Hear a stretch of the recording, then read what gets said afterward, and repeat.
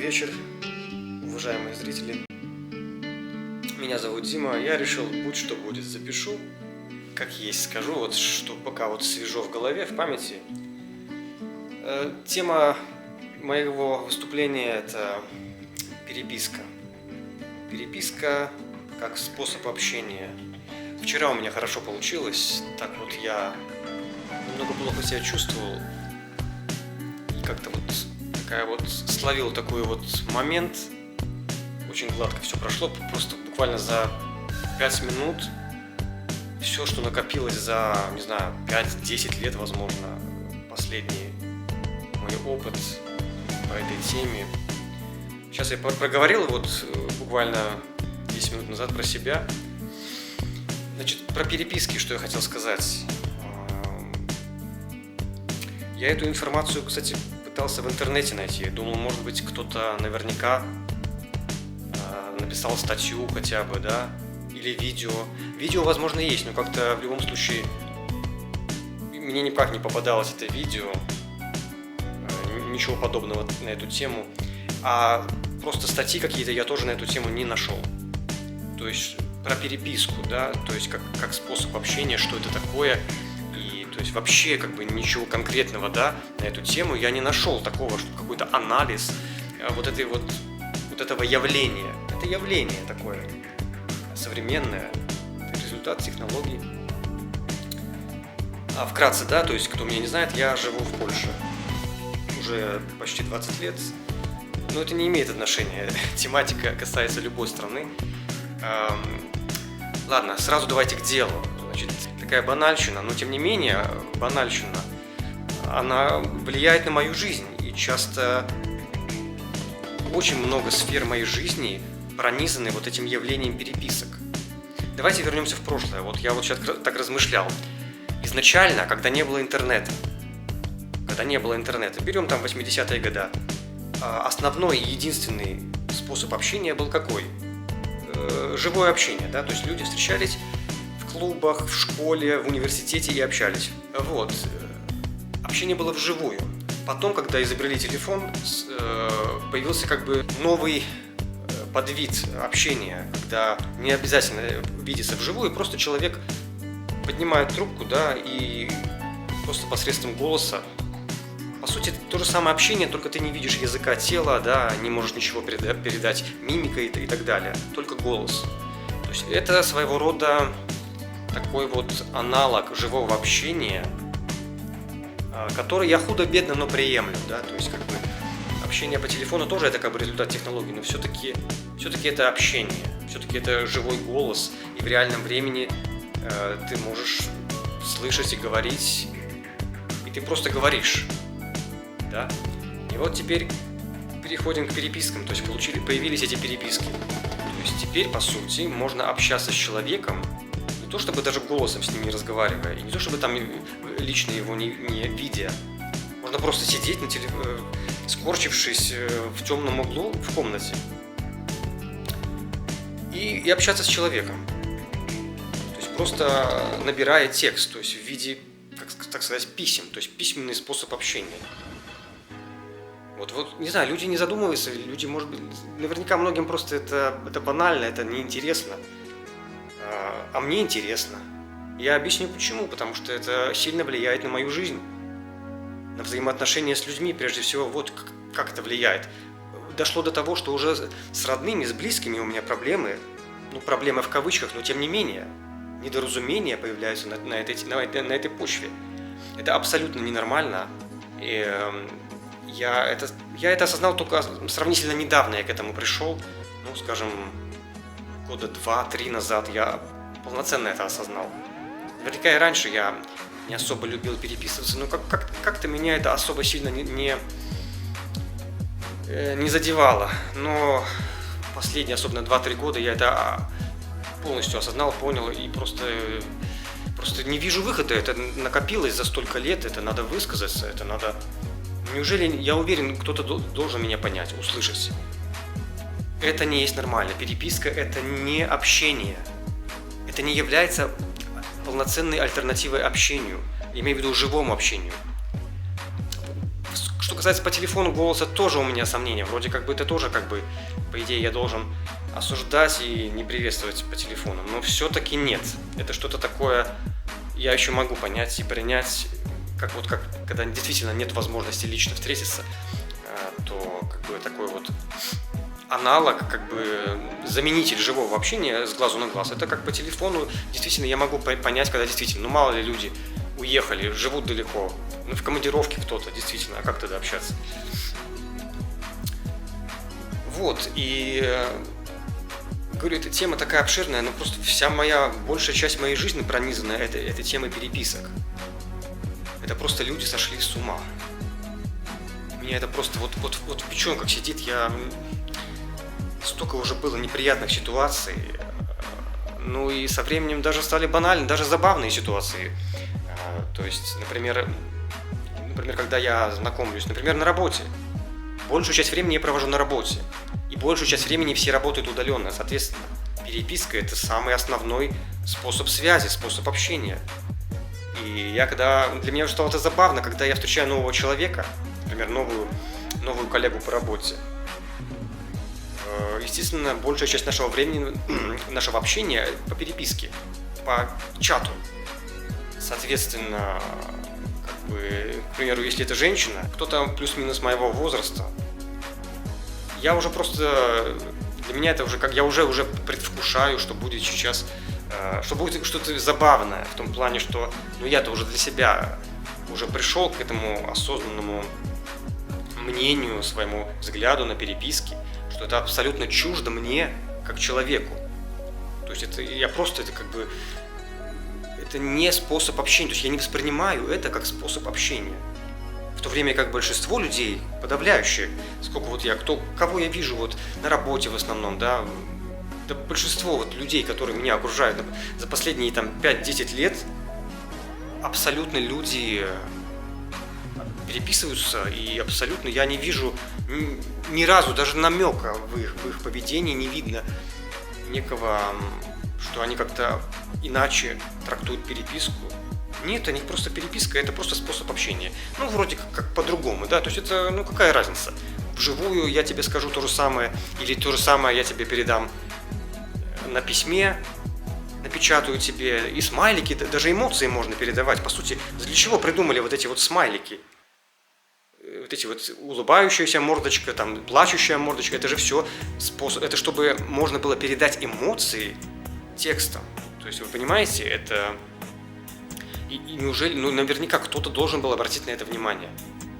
Я вот так думал, почему на эту тему как-то я не нашел информации, анализа, разницы между общением по переписке и вживую. Ведь это же глобальная разница. То есть так вот, почему мне забавно, когда я с женщинами общаюсь по переписке, не то, что я общаюсь, когда я предвкушаю, понимаю, что, скорее всего, мы будем вынуждены общаться какое-то время именно по переписке, потому что нет другой возможности.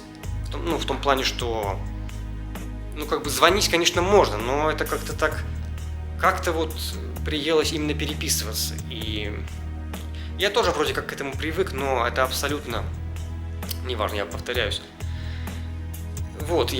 Почему с женщинами я предвкушаю, что будет забавно? Потому что это также я пришел к этому через общение по перепискам с женщинами вне работы. Это так интересно даже.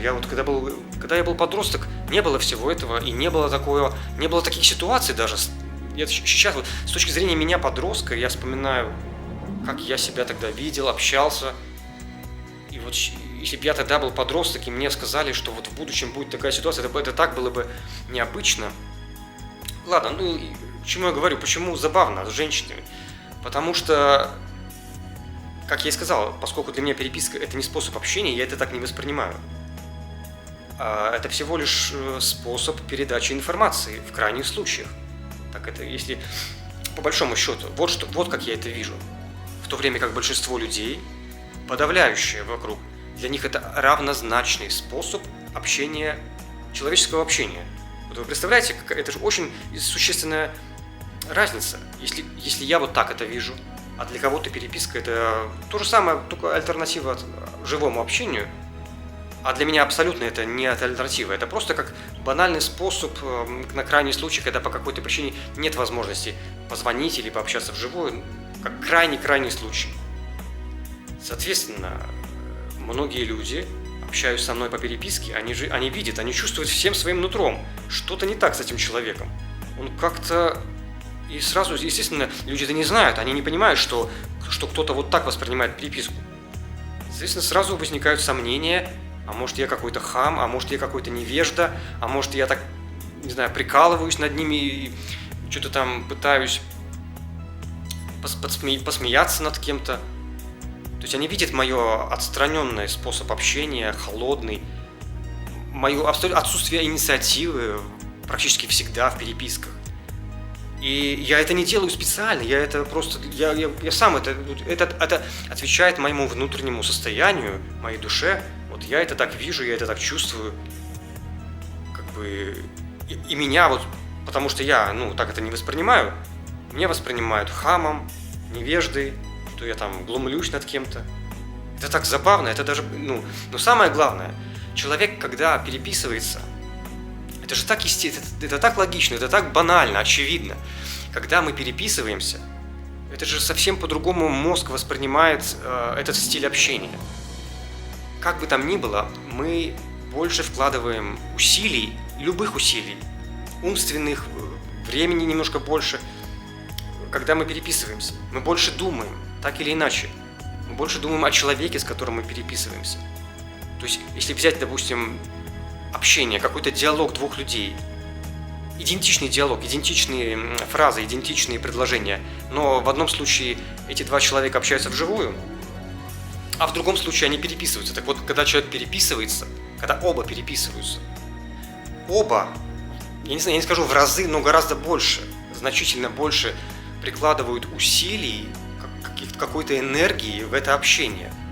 Они больше думают над каждым предложением, они больше думают о самом собеседнике, больше думают. Это очень важно. Почему многие любят еще переписку, и особенно женщины. То есть для женщин, например, я их понимаю, то есть, например, если мне, допустим, хотелось бы выбрать себе мужчину для жизни, вот я женщина, мне хочется выбрать себе мужчину для жизни. Тот мужчина, который будет, вот у меня есть выбор, там 5 мужчин, так вот тот мужчина, который из этих всех 5 будет наиболее охотно общаться по переписке, подчеркиваю, наиболее охотно, будет и при этом искренне по переписке много, искренне, охотно будет отвечать, охотно сам будет первым писать, именно по переписке, подчеркиваю, то я как женщина, если бы я был женщиной, я утрирую, я бы выбрал такого мужчину. Почему? Просто логично, когда человек переписывается, допустим, противоположного пола много, и это искренне. Как бы там ни было, человек при этом больше вкладывает мыслей, человек намного больше думает о том человеке, кому он пишет, чем если бы этот самый человек все это говорил. Вы понимаете, банальщина, да? Но об этом никто не говорит, никто не обращает на это внимания. Всем или все равно, или действительно большинство настолько приняло этот способ общения, переписки, что они... То есть даже никто уже, наверное, многие перестали, для них априори такой вопрос не может возникнуть, потому что они настолько приняли все это. Приняли вот как вот с молоком матери вот реальность, что вот это новая такая реальность, новый способ общения. Это какое-то сумасшествие. Это сумасшествие, и это люди должны знать. Это люди должны знать, и... Я говорю, вот были и проблемы, и порой и забавно было. То есть, когда женщина, к примеру, видит, что я отказываюсь переписываться, а вместо этого звоню. Сразу звоню, или первый, когда надо пообщаться, я звоню. То есть я не переписываюсь. Я уже даже стал замечать, не только с женщинами, с другими людьми, что некоторые, видимо, настолько привыкли к перепискам, настолько это так вошло в душу к ним, крепко там засело, что если кто-то первый начинает сейчас общение с разговора, с телефонного, у некоторых уже немножко так какой-то рефлекс, такой мини-рефлекс возникает, мол, типа, что человек звонит. Вот вы так, я серьезно вам говорю, я такое стал наблюдать. Понаблюдайте за окружающими. Особенно те, с кем вы часто или какое-то время раньше переписывались. Попробуйте для эксперимента начать звонить этим людям. Не переписываться, как вы привыкли, а звонить сразу.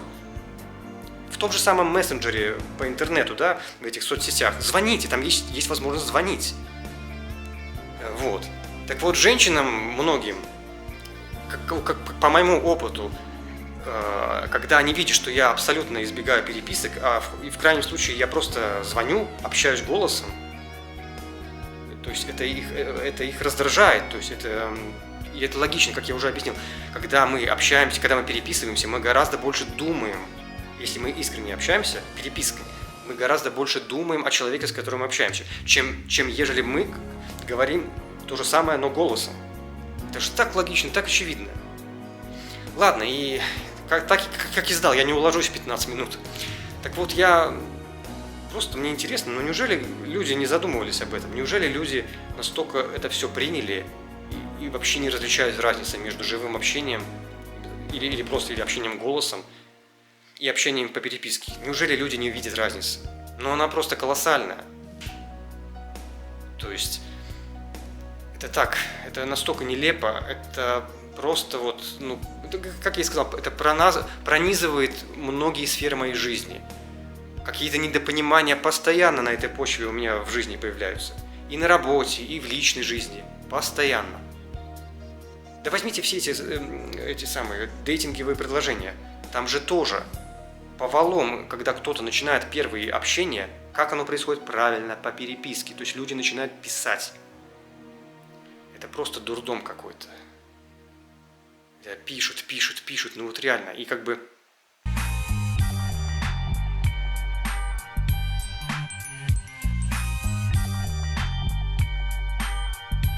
Так, стопэ. Значит, вот девушка 42 года, Лина. Имя такое странное. Лена, наверное, по-нашему. В общем, смотрите. Коммуникацию веду на русском языке. 300 километров от Варшавы. Это я находился в Варшаве. Это был конец декабря, числа 20-го где-то. В Варшаве это я был. И вот сидел в торговом центре, кушал. И вот попался мне совпадение. То есть, кстати, на Тиндере. Это на Тиндере. В Варшаве заработает Тиндер, вы помните, да? В Варшаве, в смысле, работает, уже в Беларуси Тиндер запретили. А в Варшаве работает. Но не работает в том плане, что работает в принципе, загружается. Вот. И вот как мы видим, она, видимо, поставила местоположение Варшава. То есть каким-то образом система нас совместила, и у нас случился матч. Да, и к чему я вообще записываю? Не хочу растягивать. Это очень по теме. Хочу вам показать наглядный пример, который просто как по мне, доказывает явно, что разница есть между общением вживую и переписками, да? Ну давайте будем тянуть кота. Вот она, смотрите, город Львов, то есть она живет из Львова. Началось все очень даже себе безобидно, переписка с ней, в смысле, то есть охотно стала мне отвечать. Я уже перестал, сам уже пишу, просто ради переписки, чтобы хоть какую-то переписку получить. Я уже сам им первый пишу, уже не дожидаюсь, ничего не прошу. Вот. Ничего, такая женщина, 42 года, о чем мы говорим, но тем не менее, это просто как хороший пример, как мир изменился из-за этих переписок. Что доходит до таких ситуаций, которые лет 30 назад, 20 назад немыслимы были бы такие ситуации. 42 года, приятная на вид женщина. Смотрим, переписка. Вот я ей пишу привет, она отвечает. Да, вы видите, да, все?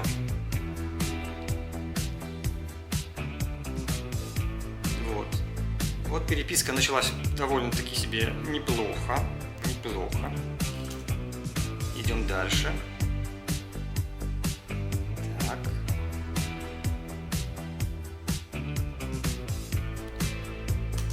Так. Я думаю, это все. На этом оно пока у нас стопанем видосик.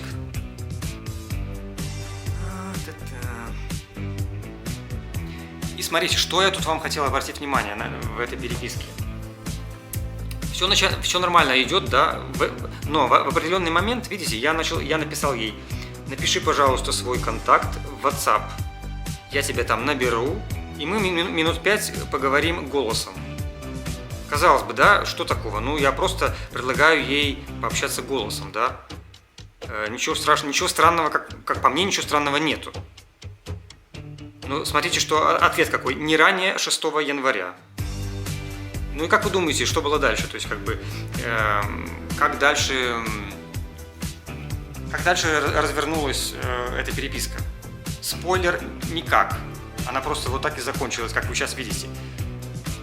И, ну давайте так вот, я вам дам так время, паузу, поразмышлять, пищу для размышления. Ну вот как вы думаете, вот эта переписка, самый конец, вот последние два сообщения, мое и последнее ее, да? Как это коррелирует с темой видео про переписки, да? И что я этим хочу сказать? Да все очень просто.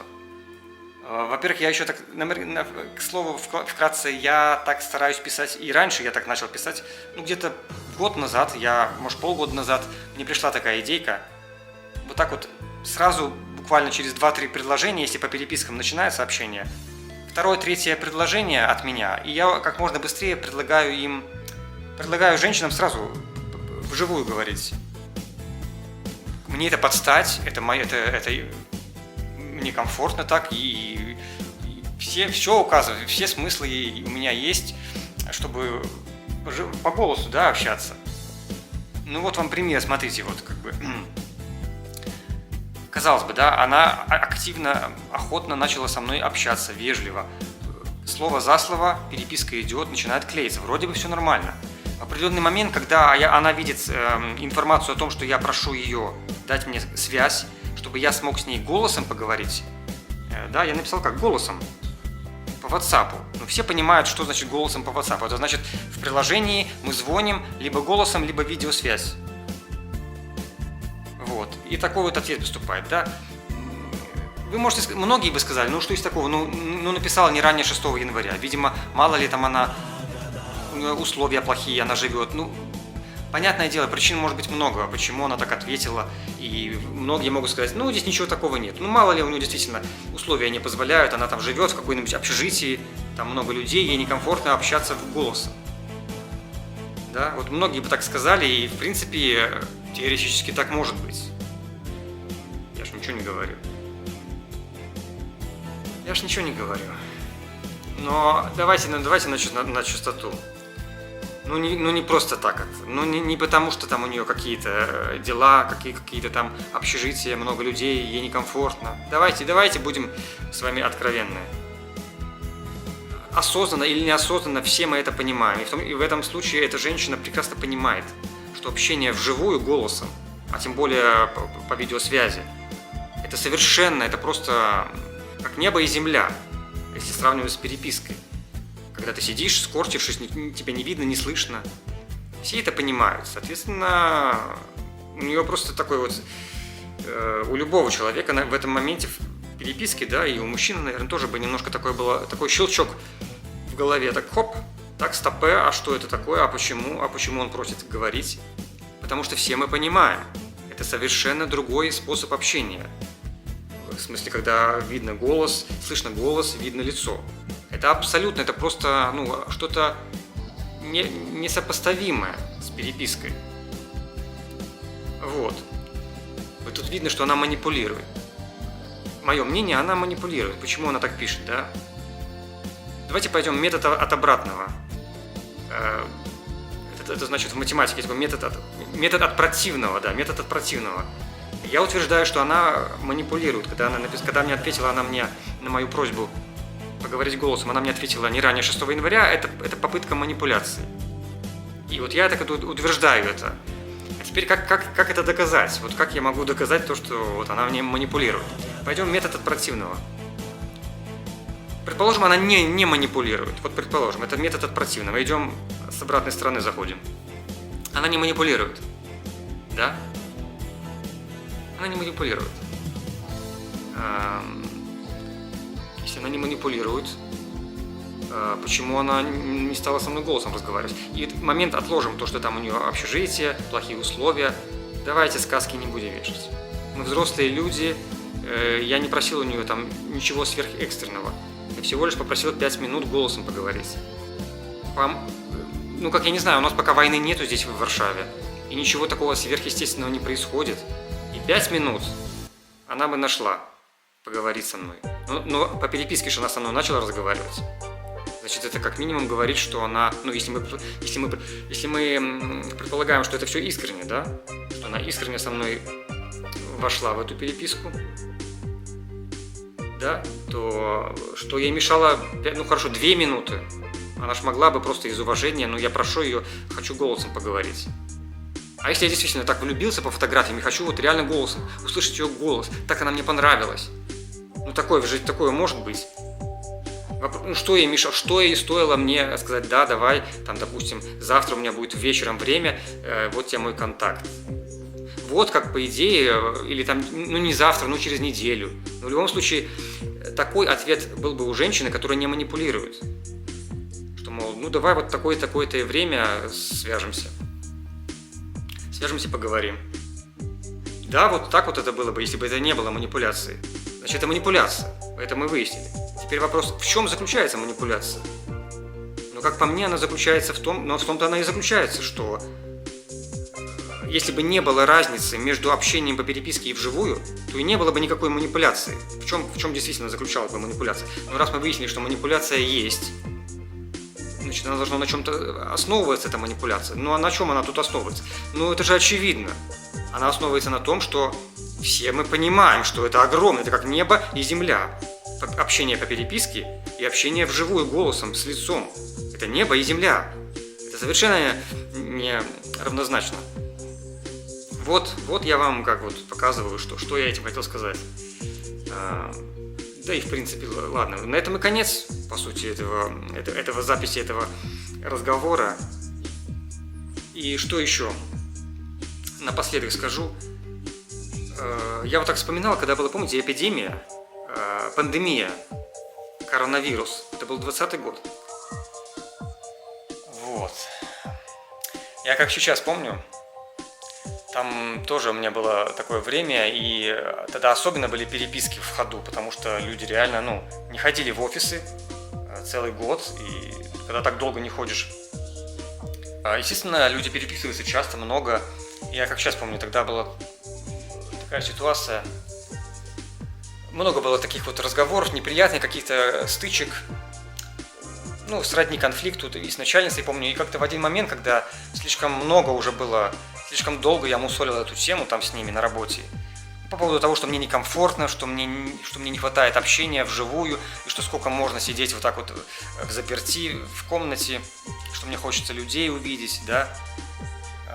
В один прекрасный момент начальнице, видимо, тоже надоело, что я вот так вот постоянно тему эту мельтешу. Она говорит: слушай, если ты так любишь общение, так тебе не хватает живое общение на работе, да, с живыми людьми, так а что ты тогда работаешь на такой работе? Иди куда-нибудь, условно, в супермаркет на кассу и работай кассиром в супермаркете. Там тебе будет живое общение каждую секунду. Каждую миллисекунду ты будешь вживую общаться с людьми. Это же то, что ты хочешь. Ты так жалуешься, что тебе некомфортно эти переписки и удаленка. Вот я вот это вспомнил, и вот сейчас прошло 5 лет или 6 лет после пандемии. И, ребят, я все понимаю. Я понимаю, что действительно логично, не любишь переписываться, бесит тебя, ты иди вживую, полно живого общения, полно работы, где надо вживую общаться с людьми. В разных магазинах, супермаркетах, в ресторанах, там, условно, официантом, то же самое. Иди работай официантом, будет тебе общение как хочешь, как любишь. Но, ребята, я все понимаю, это что-то не так, что-то здесь не то. Почему такие крайности? Почему либо вот так вот удаленка, где мне уже скребутся кошки, да, или как это говорится, уже так не хватает общения, так задолбали эти переписки, эти удаленные всякие видеосвязи, видеоконференции, просто вот здесь сидит, хочется живого общения, а его на мизере его, где я работаю. И мне говорят: не хочешь, иди в бедронку, иди и работай в супермаркет на кассиром. Ребята, вы что, прикалываетесь? Почему? Мне нравится моя работа, мне нравятся вот такие вот общения, какое-то там там выяснять какие-то вопросы, там документы сверять, перепроверять, отправлять. Это интересно. Мне это интересно, мне это нравится. Ну и почему мне говорят, выбор такой дают, ты либо вот так работай и не жалуйся, либо иди и на кассу работай. Ну блин, я не понимаю, почему нету такой работы, чтобы не было таких крайностей. Я не хочу на бедромку работать, мне нравится моя работа. Но почему не могу найти такую работу, чтобы была типа как моя работа, но при этом там было общение вживую, пусть не каждый день, но хотя бы пару дней в неделю стабильно я виделся бы со всей своей командой вживую, в офисе. И 2 дня в неделю мы стабильно встречались бы, целый день бы виделись бы, ходили бы на кофе вместе, на обеды вместе. Я что, много прошу? Я не понимаю. Мне кажется, я прошу немного, но как есть, так как есть. Вот такая вот ситуация, да, то есть как бы, ну, пока я такого ничего не нашел. Не нашел я так, чтобы было что-то как золотая середина, чтобы была работа, как я люблю, как у меня сейчас есть, и чтобы это не было на кассе, и чтобы было общение вживую. Пока такого я не нашел. Вот так.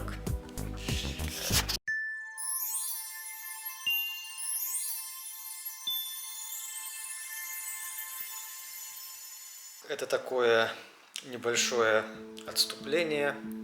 Решил такую вставочку сделать в таком босяцком виде. Ничего особенного, но вот пересмотрел то, что записал до конца, вот то, что сейчас я говорю, все досмотрел. Одну такую небольшую деталь я забыл добавить. Как я говорю, это ничего такого сверхъестественного, умного, но все-таки я считаю, это надо сказать, озвучить. Значит, то, что вот я говорил, да, что когда 2 человека общаются по переписке, то волей-неволей они прикладывают больше усилий к этому общению, то есть и умственного, и физического, всего больше, то есть волей-неволей. Вот. И я вот, что важно мне сказать, отметить такую вещь, что сейчас, минутку. Когда человек, да, то есть человек прикладывает больше усилий, больше думает о том человеке, с которым переписывается, да, если мы выбираем такой способ общения. Человек больше думает о том, что он пишет, о человеке в принципе думает больше, о котором пишет, с которым общается. И все это значительно больше, в разы больше, чем если бы люди общались вживую. Так вот, как еще можно охарактеризовать такое общение, когда 2 людей, общаясь между собой, очень сильно, очень много думают друг о друге, думают о том, что они говорят, возможно, много раз обдумывают, что они говорят, и всего больше, в разы больше. Как можно охарактеризовать такое общение? Такое вот очень такое плотное, такое вот конкретное, да? Я вам так скажу, каким словом, очень просто, интимное. Такое общение называют интимным. Интимное это не подразумевает обязательно мужчину и женщину. Интимное это значит что-то очень близкое, теплое. То есть это может быть по телефону, вживую, по видеосвязи, по переписке. Общение может быть интимным. Оно может быть как между матерью и сыном, между 2 близкими друзьями, там, женщинами или мужчинами. Условие какое? То есть люди должны испытывать друг к другу, по отношению друг к другу очень сильные чувства, сильные, теплые, искренние чувства. Вот. Если это есть, и это взаимно, и 2 человека, которые друг другу такое вот испытывают, и вот они общаются, да, неважно каким образом, такое общение называется интимным. Так вот я к чему все это говорю? Возвращаемся к перепискам, да? Когда 2 человека, неважно, кто они являются друг другу, 2 человека начинают плотно общаться, ну или просто общаться по переписке. Соответственно, волей-неволей оба эти человека прикладывают значительно больше усилий, думают больше думают о том, что они пишут, о человеке больше думают. То есть своего рода получается такое вот плотное, сильное, в кавычках, плотное, сильное общение. Вот. Плотное, сильное общение между двумя людьми.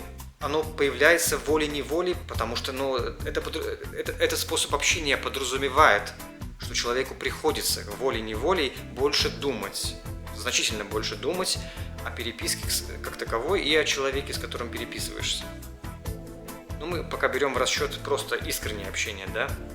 Вот, и я к чему, вот теперь сопоставьте то, что я сказал минуту назад про интимное общение и про переписку как таковую между двумя, по сути, допустим, незнакомыми людьми, и что это также подразумевает плотное, крепкое, сильное общение, в кавычках.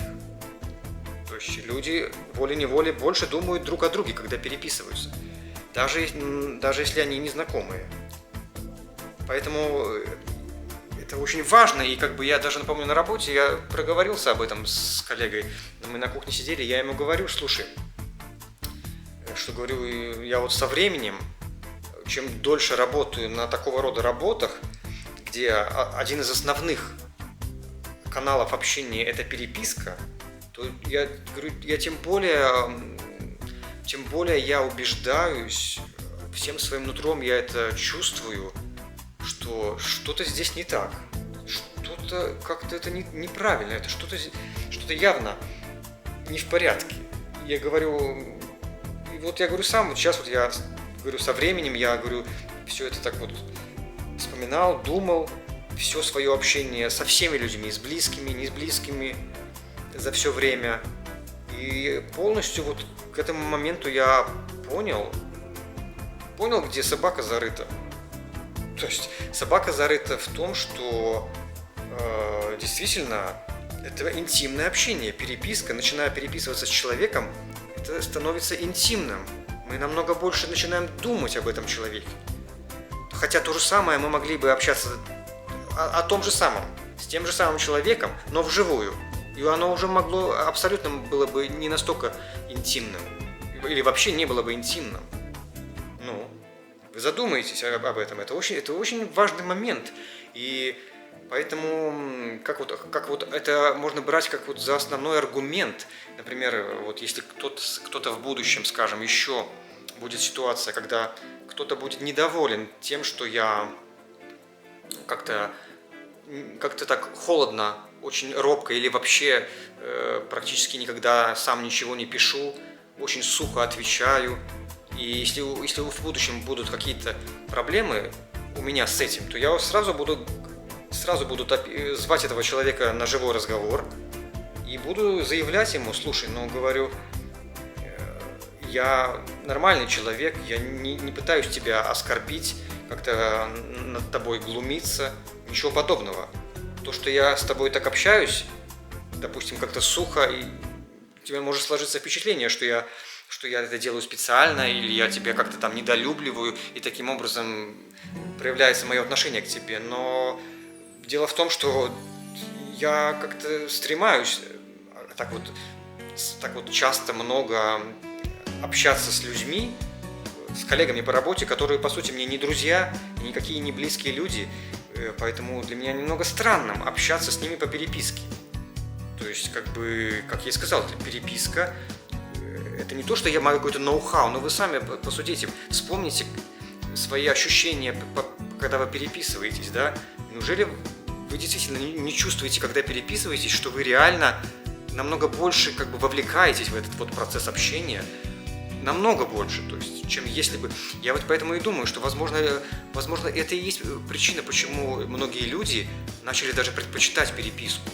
Потому что действительно задействуется, видимо, мозг иначе это все воспринимает, общение такое. Возможно, активируются какие-то там нейроны в мозге, и реально люди получают большее удовольствие в какой-то степени, чем если бы они общались вживую. Конечно же, что-то в этом есть. Вот. И я это все понимаю, но так как я сказал, я готов общаться плотно, близко, готов думать много о человеке, с которым общаюсь. Но если я это делаю, как бы это немного странно делать это с человеком, который мне никто, который просто коллега по работе. То есть я не чувствую коллеги по работе, я к нему не чувствую ничего крепкого и сильного. Соответственно, зачем я как бы... Поэтому, видите, вы улавливаете мою линию мысли, да? То есть, как бы, зачем тогда мне с ним переписываться, общаться по переписке? Чтобы я вынуждал сам себя активно думать об этом человеке так много и так сильно. Ведь я готов пообщаться с этим человеком, но я не готов сильно о нем много думать и слишком много прикладывать усилий, общаясь с этим человеком. Вот это все, что я хотел добавить. Конечно, опять растянул видео, но не получается у меня покороче.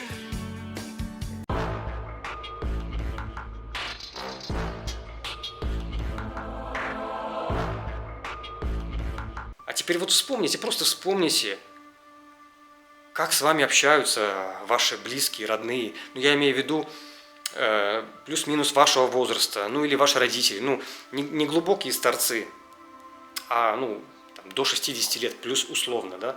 Как с вами они общаются? Вот вы вспомните. Даже родителей, может, не берем, родители могут действительно предпочитать старшее поколение. Именно вот там до 40, плюс-минус 30-40 лет, 20-40 лет. Как с вами общаются эти люди? Особенно те, с кем вы на регулярной основе общаетесь. Вот прошло 2 дня, вы хотите пообщаться. Что вы вспомните, да, что вы первое делаете? Какой способ общения вы выбираете? Вы сразу же бросаетесь в телефонную книжку, ищете телефонный номер и звоните на сотовый? Или вы первым делом открываете какое-то приложение, где есть чат и можно переписываться? Вот что вы делаете?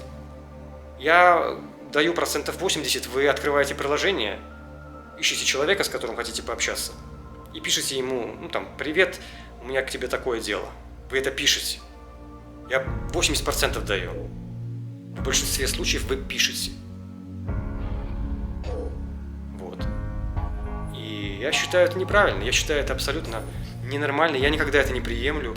И мне обидно, что я не вижу в этом плане единомышленников. Я бы хотел, чтобы кто-то мне сказал, подошел, написал, хотя бы даже написал, пусть бы мне, но чтобы я знал, что есть люди, которые также это воспринимают, также это все видят, как и я, что это ненормально, что это абсолютно искусственно, и это дико для меня, когда я вижу, как люди абсолютно естественно приняли все это, приняли как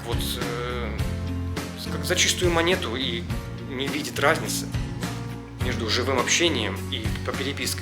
Мне это обидно. Я закрываю глаза и открываю с рассветом. Мы закрываем сердца, после жалеем об этом. И плывут облака, улетают грачи, никому, никогда, ни за что. О главном молчи. И кстати,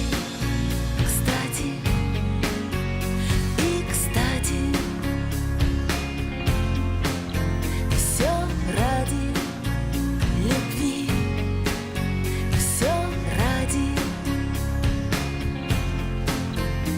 И кстати,